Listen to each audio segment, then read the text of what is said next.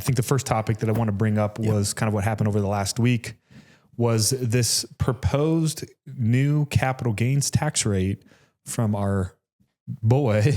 I don't even got it. Joe. Dadin and Mama. Joe Biden proposes a 44% capital gains tax. So for those of you who are unfamiliar, which I highly doubt as entrepreneurs, but one of the incentives to being an entrepreneur, buying and owning real estate, building a business, is the ability to participate in long-term capital gains, building wealth, and being able to sell that business at some point in the future and not be hit with ordinary income, right? If I sell a business for $5 million, I'm going to be instantly in the highest tax bracket. But with the current capital gains rate, I can pay 15%. And that's by way of you putting in that investment, waiting the time, building jobs, business, investing in the nation, essentially. Yeah. The whole objective of doing that is to encourage money to stay into the market, right? To encourage the capital markets, to encourage people to hold real estate long-term, to encourage business owners to create jobs. In a capitalistic society, the government relies on us to do two main things: create jobs, provide housing.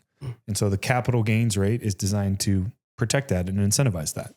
The long-term repercussions of that, if that actually goes through, is you're going to disincentivize those things. Now, this is the highest on record supposedly proposed, right? Correct. Yeah. So let's actually get some of the commentary. So this is coming from Americans for Tax Reform, which is atr.org. And here's what was actually said. So this is a direct quote. Together, the proposals would increase the top marginal rate on long-term capital gains and qualified dividends to 44.6%. Yes, you read that correctly. A Biden top capital gains dividend tax rate of 44.6%. Under the Biden proposal, the combined federal state capital gains tax exceeds 50% in many states. California will face a combined federal state rate of 59%, New Jersey 55.3%, Oregon at 54.5%, Minnesota at 54.4%, and New York at 53.4%. Worse, capital gains are not indexed to inflation, so Americans already get stuck paying tax on some gains that are not real. It is a tax on inflation, something created by Washington and then taxed by Washington. Biden's high inflation makes this especially painful. Wow. Many hardworking couples who started a small business at age 25 who now wish to sell the business at age 65 will face the Biden proposed 44.6% top rate plus state capital gains tax. And much of that gain isn't real due to inflation, but they'll owe tax on it. Wow, dude. So to put it in perspective, the proposed Biden top capital gains tax rate is more than twice as high as China's rate, which is crazy coming from a communist country. China's capital gains tax rate is 20%.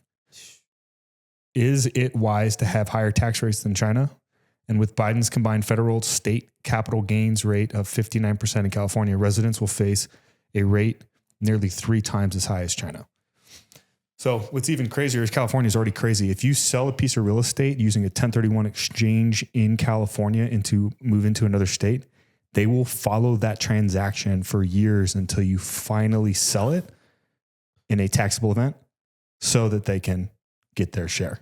I mean, it's communist California. So what, from an entrepreneur's perspective, what is the long-term implications of the United States operating from such a position? I mean, the long-term, from an entrepreneur's perspective, is it really does disincentivize this desire to go and build businesses, take risks, invest your money into starting a company, buying a company, building a business, owning real estate, so on and so forth. They already did away with, under the same administration, the ability to do bonus depreciation on commercial real estate. Right. And it's been burning off. You used to be able to do 100% in the first year, then it reduced to 80. This year it's 60. And it'll keep reducing by 20% until it's completely gone, unless the next administration comes in and revives that, which I believe if we get a more capitalistic, conservative economic president in there, somebody like Donald Trump, we would see a lot of these things get wiped out because he understands the importance of the capital markets. So the implications are one of the things we talk about or see is you need to be diversifying along the way as an entrepreneur. You need to be, pulling cash out and deploying it into other things. Sometimes entrepreneurs are just so focused on their one business that they pick their head up 10, 15, 20 years later, and they don't have any other assets.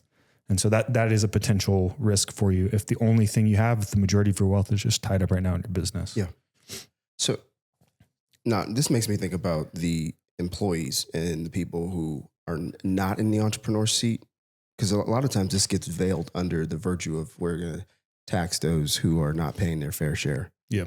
We're going to rid ourselves of corruption from the wealthy, evading taxes and all of this. But am I wrong in thinking that part of why this is even taking place is because the reckless spending that we're seeing in our government as a combative measure?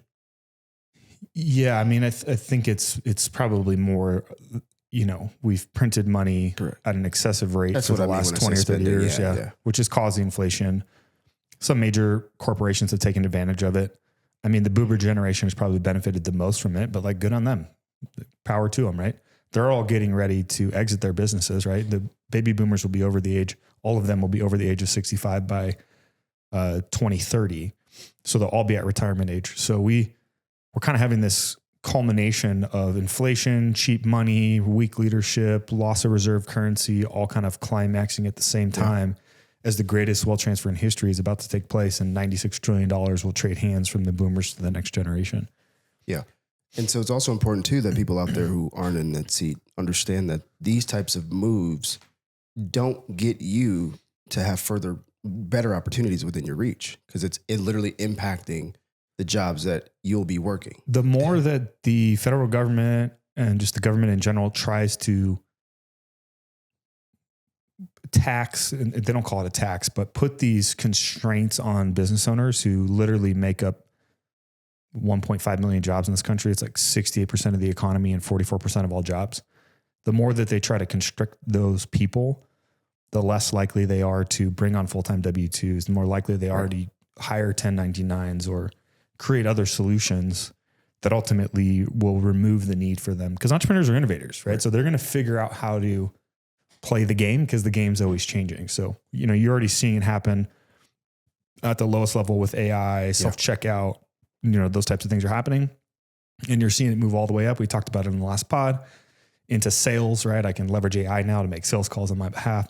Entrepreneurs will figure out how to reduce the overhead costs. So everything that the government is currently doing is the antithesis of what they want, which is jobs and housing. Right. And so, it's going to be ultimately a bad thing for the employee. So if you're like pro this, like just watch out, like your head's on the chopping block. Yeah. Yeah. That's what I wanted to hit on. Wow. Dude. Okay. So real quick though, before we segue, because this is the better segue, I want to pull up this chart, it's the big cycle chart. So this is a chart that was created by Ray Dalio. Mm-hmm. And so Ray Dalio talks about these huge, what he calls big cycles or economic cycles, and they last about 100 years or so.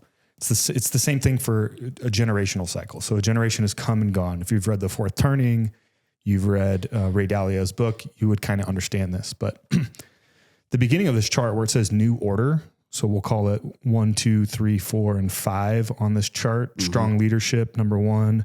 Inventiveness, number 2. Education, number 3.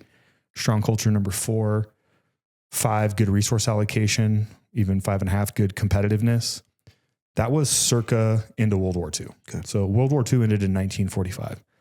So on the opposite side of this chart, number 18, the New World Order, right? If we're talking about 100-year cycle, one generational cycle later, that means the end of this chart is 2045. That means the top of this chart at number 10, right? So you go from strong competitiveness, number 6, to strong income growth, number 7, strong markets and financial centers, number 8, to number 9, we're less productive, number 10, we're overextended. That would be circa 1996, call it 2000. What happened in 2000? .com bubble, right? Yeah. So at 11, you're losing competitiveness, 12, wealth gaps, 13, large debts, 14, printing money. Which we've seen the most printing money in the last 15, internal conflict, 16, loss of reserve currency. You are here. So everybody listening to this podcast, you are at 16. we can all agree we've incurred large debts. We're gaining $1 trillion in debt every 90 days right now as a country. We just passed a $1.2 million infrastructure bill that'll get us till October. Right. We're printing money at an insane rate. They claim that we're not, but if you actually go look at how much money we're printing, it's a lot. Internal conflict. I think culturally we can agree we've had more internal conflict than ever. And then we're seeing countries like the formation of BRICS, right, where Brazil and these other countries are coming together in order to remove themselves from the US dollar. You're seeing China sell US debt and start buying gold. You're seeing Russia work with Iran to create their own cryptocurrency that's backed by gold in an attempt to remove themselves off the dollar. And I think we can all attest to weak leadership. I mean, like unbelievable weak leadership. And so the final straw in every one of these cycles all ends the same way, which is civil war and revolution. Anarchy. Yeah. And it doesn't always mean like physical guns and shooting, but revolution.